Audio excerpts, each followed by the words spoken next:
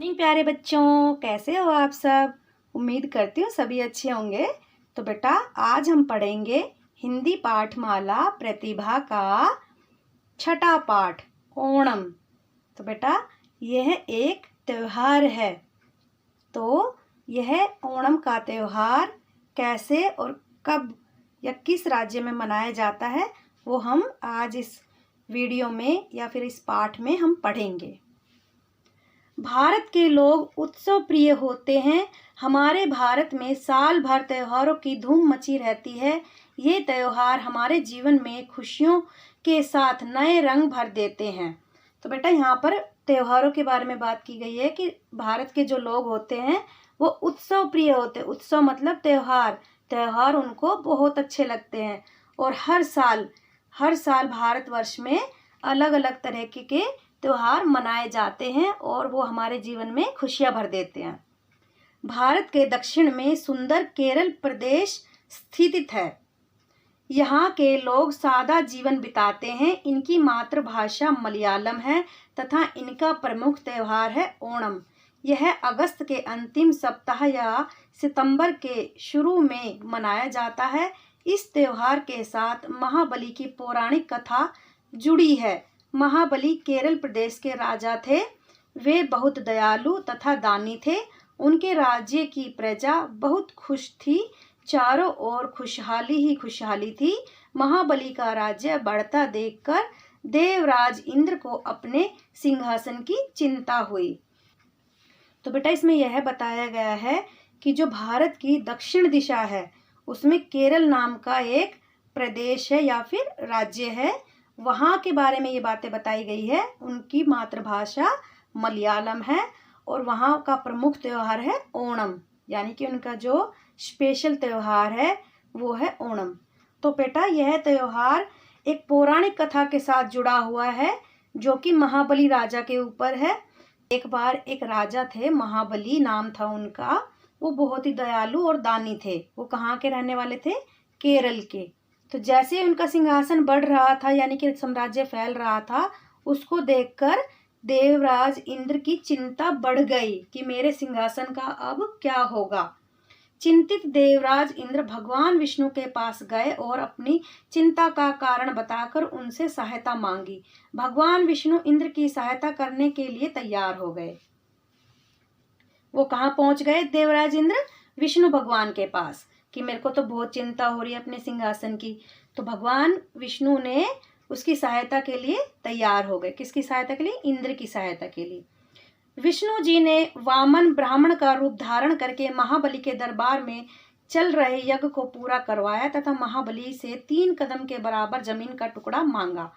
अब महाबली जो राजा था उसके दरबार में एक यज्ञ चल रहा था। तो उसमें एक ब्राह्मण का रूप धर करके विष्णु जी उनके दरबार में पधारे और उनसे 3 कदम के बराबर जमीन का टुकड़ा मांगा। महाबली के गुरु ने उन्हें चेतावनी दी थी कि यह कोई साधारण ब्राह्मण नहीं है, अतः आप इन्हें कुछ भी देने का वचन नहीं देना। परंतु महाबली नहीं माने और वामन ब्राह्मण से मुस्कुराकर बोले, आप अपनी इच्छा के अनुसार 3 कदम जमीन ले सकते हैं। अब जो पहले के ऋषि मुनि थे वो समझ जाते थे कि यह एक चाल है या मायावी जाल बिछाया हुआ है या क्या है, वो पहले समझ जाते थे। जो ऋषि मुनि होते थे वो समझ जाते थे। तो उनके जो गुरु थे वो भी समझ गए थे कि यह कोई साधारण चीज नहीं है, यह कोई साधारण ब्राह्मण नहीं है, तो आप इसको कुछ भी मत देना। लेकिन जो महाबली थे वो नहीं माने और उन्होंने वचन दे दिया कि आप ले लो, जो आपको जितनी जमीन चाहिए उतनी आप ले लो। यह सुनकर वामन वेशधारी भगवान विष्णु ने बड़ा रूप धारण कर लिया तथा एक कदम में पृथ्वी लोक और दूसरे कदम में स्वर्ग को ढक लिया। विष्णु जी बोले, मैं तीसरा कदम कहाँ पर रखूं? महाबली बोले, तीसरा कदम आप मेरे सिर पर रख लीजिए।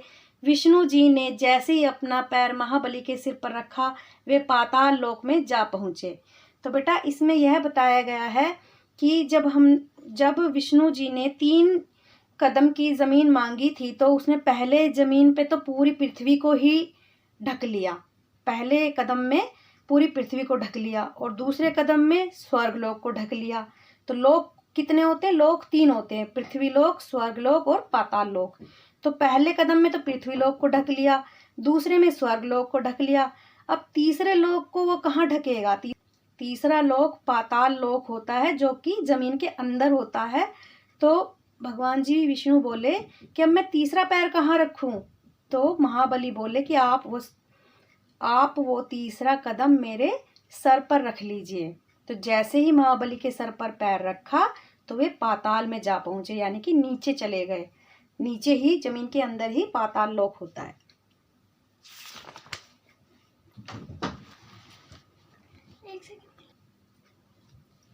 विष्णु जी ने उन्हें पाताल का राज्य दे दिया और बोले, मैं तुम्हारी भक्ति से खुश हुआ, अतः कोई एक वरदान मांग सकते हो। महाबली ने विष्णु जी से कहा, आप मुझे हर साल अपनी प्रजा से मिलने की आज्ञा दे दीजिए। विष्णु जी ने उनकी प्रार्थना स्वीकार कर ली। तो बेटा इसमें यह बताया गया है कि जब विष्णु जी ने 3 कदम की जमीन मांगी महाबली से तो उन्होंने मना नहीं किया, और जब तीसरी कदम की जमीन नहीं बची तो उन्होंने बोला कि मेरे सर पर रख लीजिए। तो इस भक्ति से विष्णु जी बहुत खुश हुए और उनको एक वरदान दिया कि तुम कुछ भी मांग सकते हो, और उनको पाताल लोक का राज्य भी दे दिया।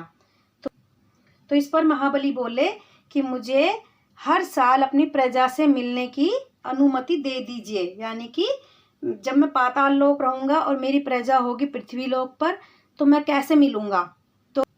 तो इसलिए उनसे मिलने के लिए मुझे हर साल अपनी प्रजा से मिलने दिया जाए। और विष्णु जी ने उनकी प्रार्थना स्वीकार कर ली।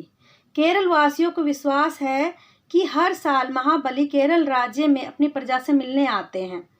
तो इसी कथा के अनुसार जब वो पाताल लोक चले गए और पृथ्वी लोक पर उनकी प्रजा थी, तो जो उनकी पृथ्वी लोक पर प्रजा थी वो हर साल अपने राजा महाबली का इंतजार करते थे कि उनके राजा उनसे मिलने आएंगे।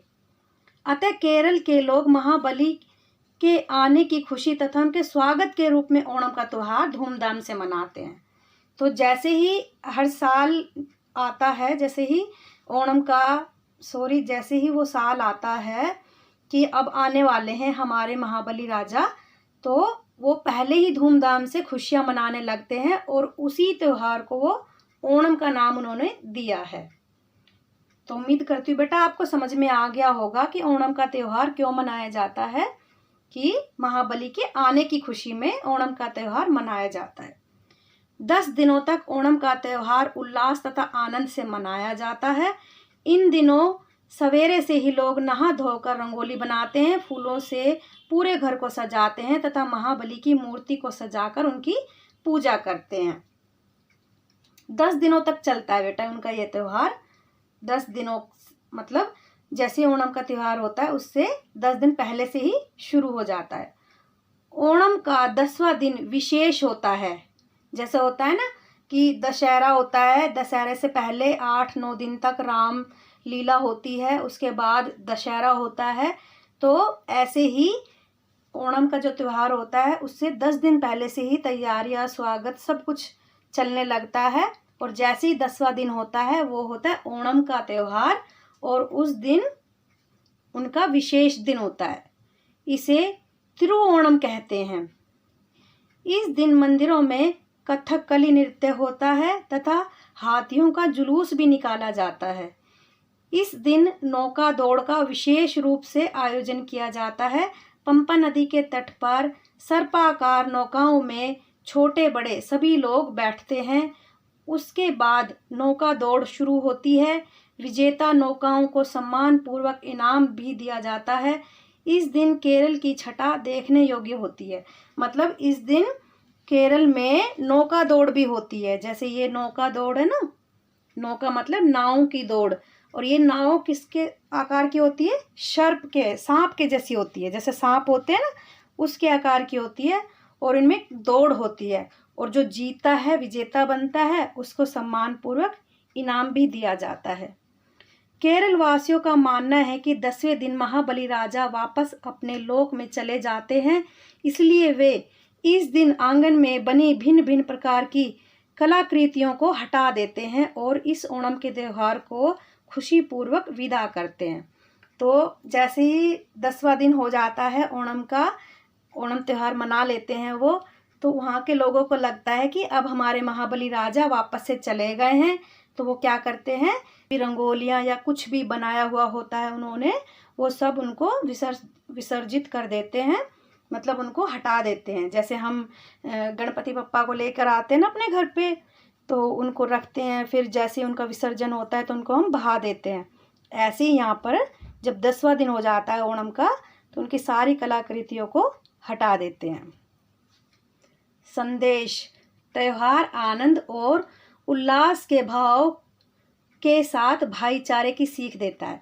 यानी कि जो त्योहार होता है वो आनंद और उत्साह तो देता ही देता है, यानी कि खुशियाँ तो देता ही देता है, साथ में भाईचारे की सीख भी देता है। भाईचारा मतलब एक साथ त्योहार मनाना, खुशियाँ मनाना, सारे मिल बांट करके सारी चीज़ मिल करके हम खुशियाँ मनाते हैं, तो उसका अलग ही बात होती है। तो वो भाईचारे की सीख देती है। तो उम्मीद करती हूँ बेटा आज की वीडियो आपको अच्छी लगी है, आपको पाठ अच्छे से समझ में आया है।